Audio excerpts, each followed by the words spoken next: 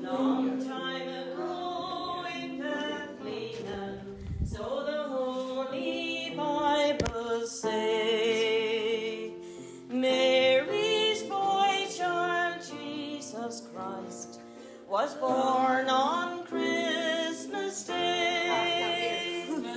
Hark now, hear the angels sing, and you King born today, and man will live forever. A visit from St. Nicholas, also known as Todd's the night before Christmas, is usually credited Clement Clarke Moore, an American teacher and writer. Born in New York City in 1779, Moore taught languages and wrote serious books during his life. But this fun Christmas poem is what made him famous. He is said to have written it in 1822 to entertain his children, and it was first printed in a newspaper in 1823 without his name. The poem is important because it helped create the modern picture of Santa Claus. It describes Santa as a cheerful, round little man, travels in a sleigh pulled by 8 reindeer. A catchy rhythm and warm holiday images made him one of the most popular Christmas poems ever written.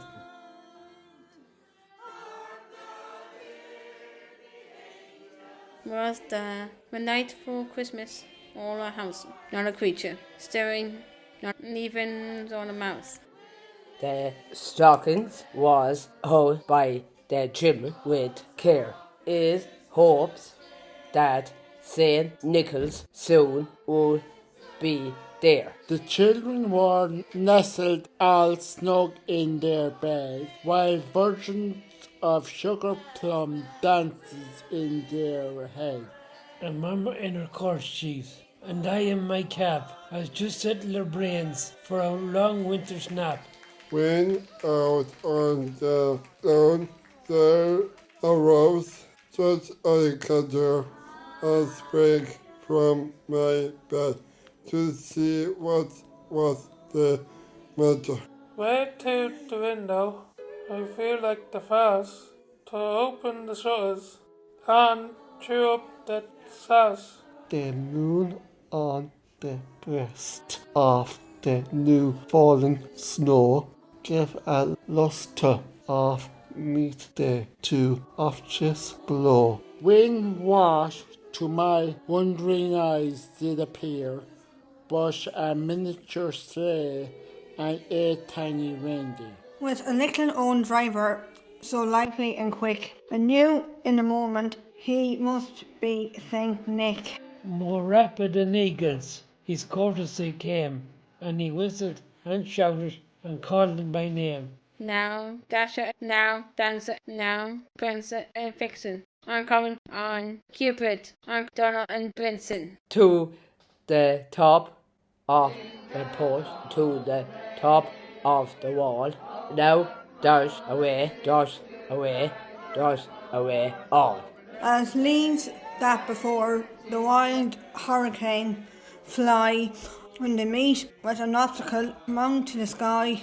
Also up to the house top, the horses they flew with the sleigh full of toys and St. Nicholas too. As I drew in my head and was going around down the chimney, St. Nicholas came right about. He was dressed all in uniform from his head to his foot, and his clothes were all tarnished with ashes and salt.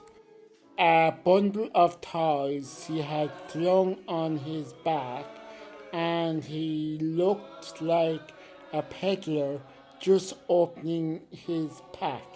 His eyes, how they twinkled, his dimples, how merry, his cheeks were like roses, his nose like a cherry. His raw little mouth was drawn up like a bow, and the beard on his chin was as white as the snow. That's John. apple pie, held tight in his teeth, and the smoke it encircled his head like a wheel. It had a broad face and a little round belly.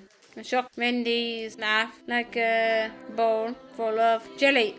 He was chubby and plump, a right jolly old elf, and I laughed when I saw him in spite of myself.